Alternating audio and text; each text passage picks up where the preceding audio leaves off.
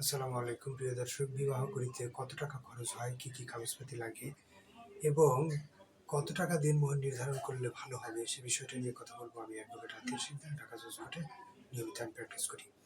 এবং কোথায় গেলে আপনাদের বিবাহটা করা ইজি হবে। যদি আপনি সদ্য বিবাহিত, বিবাহ করার জন্য রাজি হন বা বিবাহ করার জন্য মন স্থির করে থাকেন, তাহলে এই ভিডিওটাই আপনার জন্য। আপনি দেখবেন, যদি পালিয়ে বিবাহ করেন অথবা গার্ডিয়ানের মাধ্যমে যেভাবেই বিবাহ করেন না কেন, বিষয়গুলো আপনাকে মাথায় রাখতে হবে।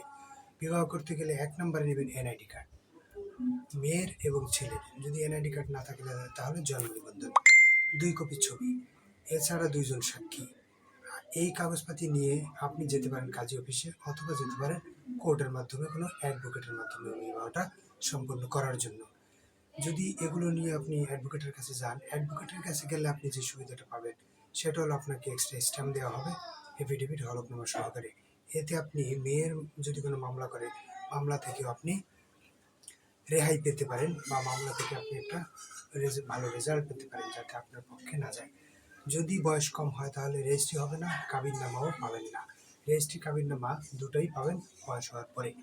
এছাড়া যদি আপনি খরচের বিষয়টা নির্ধারণ করে, তাহলে দেনমোহর কত টাকা আপনাদের বিবাহতে সেটার উপরে ডিপেন্ড করে।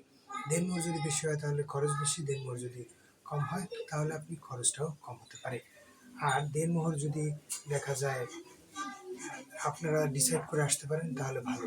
এরকম দেনমোহর নির্ধারণ করবেন না যাতে আপনার পক্ষে পরিষ্কার করা সম্ভব হয় না এবং মেয়ের পক্ষেও আবার ঠকা হয়। এরকম দেনমোহর নির্ধারণ করবেন না, একটা উপযুক্ত দেনমোহর নির্ধারণ করবেন। বিষয়টা নিয়ে যদি কোনো বিষয় জানার থাকে কমেন্টস করতে পারেন। আর যদি কোনো জানার দেখা যায় আপনাদের, এর বাইরেও যদি কোনো বিষয় জানার থাকে আমাকে সরাসরি ফোন করতে পারেন। আসসালামু আলাইকুম।